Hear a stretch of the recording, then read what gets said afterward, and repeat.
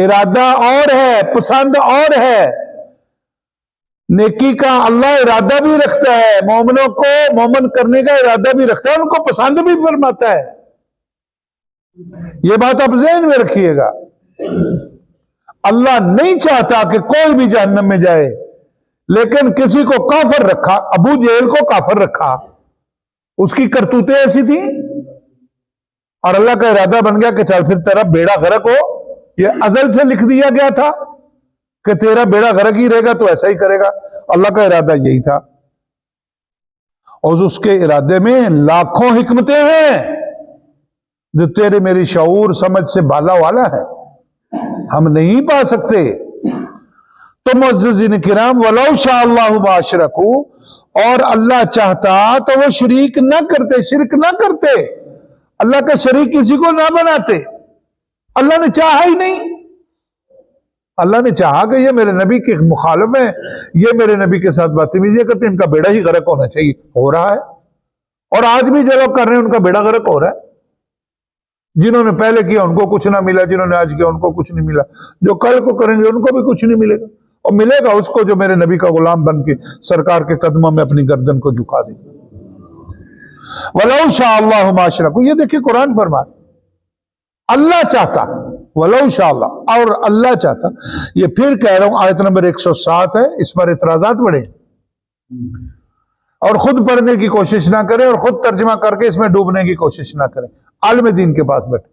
وَلَوْ شَاءَ اللَّهُ مَا أَشْرَكُوا، اور اللہ چاہتا تو وہ شرک نہ کرتے، نہ بناتے شریک کسی کو. اللہ نے چاہا ہی نہیں. وَمَا جَعَلْنَاكَ عَلَيْهِمْ حَفِيظًا، اور ہم نے تمہیں ان پر نگہبان نہیں کیا. ان کا بیڑا غرق ہو رہا ہے. اگر یہ سار کا اور یہ جبیر کا اور ابو جہل کا اور دوسرے تیسرے، میرے نبی رویا کرتے تھے، رو رو کے ہلکان ہو جاتے تھے. اللہ ان کا کیا بن رہا ہے، میں ان کو کہاں. اللہ نے ارشاد فرمایا وَمَا جَعَلْنَاكَ عَلَيْهِمْ حَفِيظًا، میرے نبی تو ان پر نگہبان نہیں ہے، تو ان کی حفاظت کے لیے نہیں آیا، ان کے عقیدوں کی حفاظت کے لیے نہیں آیا، ان کے دین کی حفاظت کے لیے نہیں آیا. تیری ڈیوٹی پہنچانا ہے میرے حبیب. تیری ڈیوٹی، بولو بھائی بولو، تیری ڈیوٹی تو بولو میرے نبی نے پہنچایا کہ نہیں؟ کھل کے بولو، میرے نبی کی ہر بات پہنچی ہے کہ نہیں پہنچی؟ ہم عمل نہ کریں الگ بات. اللہ نے ارشاد فرمایا وَمَا جَعَلْنَاكَ عَلَيْهِمْ حَفِيظًا، حفیظ ہوتا ہے جو محافظت رکھے، بچا کے رکھے. لیکن یاد رکھیے گا، کافروں کا میرا نبی حفیظ نہیں ہے، مومنوں کا حفیظ ہے، مومنوں کا محافظ ہے. تیرا میرا محافظ ہے. میرے نبی نے فرمایا نہیں، پریشان نہ ہونا. جب نبی کریم صلی اللہ علیہ وسلم کے پاس صحابی آئے، عرض کی یا رسول اللہ علیہ وسلم، روزہ اشر تو بڑا سخت، تو بڑا کڑا، تو بڑی مشکل، تو بڑی پریشانی، تو آقا پھر ہم کیا کریں گے؟ اور پھر وہاں آپ کو اگر ملنا ہو، آپ سے ملاقات کرنی ہو، کیسے ملاقات ہوگی، کہاں ملاقات ہوگی؟ سرکار نے ارشاد فرمایا میں حوض کوثر پہ کھڑا ہوں گا، ایک ایک امتی کو ڈھونڈ کر ان کی چہروں سے شناسائی کر کے. شناسائی کیا، میرے نبی کو تو پتا ہے میرا کون کون سا امتی ہے. اپنے ایک ایک امتی کو پکڑ پکڑ کر جام کوثر بھر بھر کے ان کو پلاؤں گا. وہاں مجھے مل لینا، آقا وہاں نہ ملے. سرکار نے ارشاد فرمایا جہاں ترازو لگا ہوگا، اعمال تل رہے ہوں گے، میں وہاں کھڑا ہوں گا، اور اپنے امتیوں کے اعمال تلوا کر اگر کسی میں کوئی کمی بیشی ہوئی، وہاں درود کی پرچیاں رکھ رکھ کے بخشش کروا کے جنت کے راستوں پہ ڈالوں گا. آقا وہاں بھی نہ ملے، سرکار نے ارشاد فرمایا اگر وہاں نہ ملا تو میں پل صراط پر کھڑا ہوں گا، اور میرے امتی گزر رہے ہوں گے، اور میں کہہ رہا ہوں گا رب سلم امتی، رب سلم امتی. عرض کی یا رسول اللہ علیہ وسلم اگر وہاں بھی نہ ملے، سرکار نے ارشاد فرمایا اگر کہیں نہ ملا تو جہنم کے کنارے ملو. عرض کی یا رسول اللہ علیہ وسلم وہاں کیوں؟ آقا نے ارشاد فرمایا اگر کوئی میرا امتی گر گیا، ہاتھ ڈال کر میں نکال نکال کے جنت کے راستوں پر ڈالوں. ایسا ہوگا. تو اللہ نے ارشاد فرمایا وَمَا جَعَلْنَاكَ عَلَيْهِمْ حَفِيظًا، اور ہم نے تمہیں ان کافروں پر محافظ مقرر نہیں کیا، ہم نے تمہیں ان تک پہنچانے کے لیے بھیجا، آپ پہنچائیں. وَمَا أَنْتَ عَلَيْهِمْ بِوَكِيلٍ، اور تم ان پر کروڑے نہیں ہو، یعنی ان کے نگہبان نہیں ہو، ان کے وکیل نہیں، وکیل نہیں ہو. میرے نبی تمہیں ان کی وکالت کی ضرورت نہیں، لیکن مومنوں کا میرا نبی وکیل ہے. اور صرف وکیل ہی نہیں ہے، شفیع بھی. جی یہ بات ذہن میں رکھیے. وما انت علیہم بوکیل، ان کافروں پر تم وکیل بن کر نہیں. معززین کرام، اللہ نے ارشاد فرمایا میرے نبی آپ جو کر رہے ہیں بہترین کر رہے ہیں. اتبع ما اوحی الیک من ربک، اللہ کی وحی کی تابع داری کرتے جاؤ. لا الہ الا ہو اس لیے کرتے جاؤ کہ اللہ کا حکم ہے اور اللہ کے سوا کوئی عبادت کے لائق ہے ہی نہیں. مشرکوں سے گردنیں موڑ، کافروں مشرکوں سے جو نہیں مانتے دفع کرو.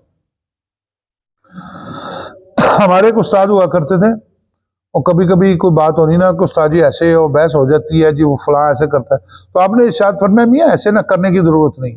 جہاں نبی کریم صلی اللہ علیہ وسلم کی بات آ گئی، اپنی بات کو اپنے دل میں رکھو، لوگوں کے سامنے زبان سے بیان بھی کرو. لیکن اگر کوئی بلا وجہ کی بحث کرے تو اسے سلام کر کے منہ پھیرو، اسے کو دفعہ دور، تیرے مقدر میں سرکار کی محبت ہے ہی نہیں، ہم تیرا کیا کر سکتے ہیں؟ تیرے نصیب میں سرکار کی محبت ہے ہی نہیں. تو جس کے دل میں محبت ہی نہیں ہے اس کو ہم کیا کر سکتے ہیں؟ تو وَأَعْرِضْ عَنِ الْمُشْرِكِينَ، مشرکوں سے منہ پھیرو. وَلَوْ شَاءَ اللَّهُ مَا أَشْرَكُوا، اگر اللہ چاہتا تو یہ شرک نہ کرتے. وَمَا جَعَلْنَاكَ عَلَيْهِمْ حَفِيظًا وَمَا أَنْتَ عَلَيْهِمْ بِوَكِيلٍ، میرے نبی نہ تو ان کا محافظ ہے اور نہ تو ان کا وکیل ہے، تجھ سے اس بارے میں پوچھا نہیں جائے گا، تجھ سے اس بارے میں سوال نہیں ہوگا. لیکن میرا نبی یہ ذہن میں رکھیے مومنوں کا حفیظ بھی ہے اور وکیل بھی. معززین کرام، ایک یہ بات، ایک اور سوال ہے جو میں آپ کے سامنے رکھنا چاہتا ہوں. کسی ساتھی نے مجھے وہ ویڈیو بھیجی اور اس ویڈیو میں انہوں نے مجھے یہ مولوی صاحب ایک گفتگو کر رہے تھے جنازے کے بارے میں، اور بڑی عجب سی لاجک انہوں نے بیان کی ہے. انہوں نے کہا ہے کہ جناب یہ جو آپ لوگ مولوی صاحبان جنازے پڑھا رہے ہیں، اور بڑا انہوں نے جوش کے ساتھ بیان کیا کہ جنازے پڑھا رہے ہیں تو جنازے میں میت کے لیے کہاں بخشش کی جا رہی. ایک تو انہوں نے ترجمہ ہی غلط کیا، اللہم اغفر لحینا و میتنا و شاہدنا و غائبنا.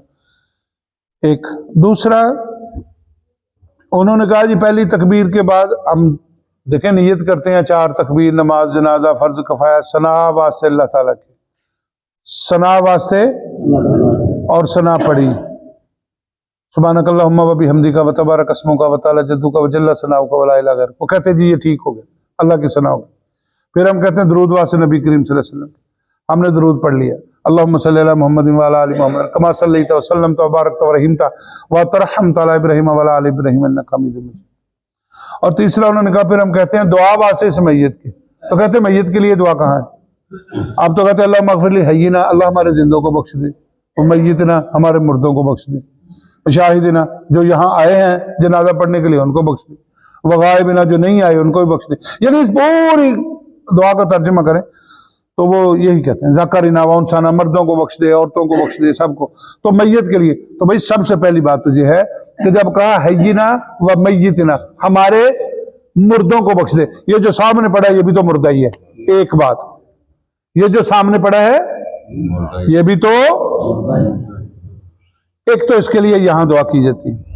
اور دوسرا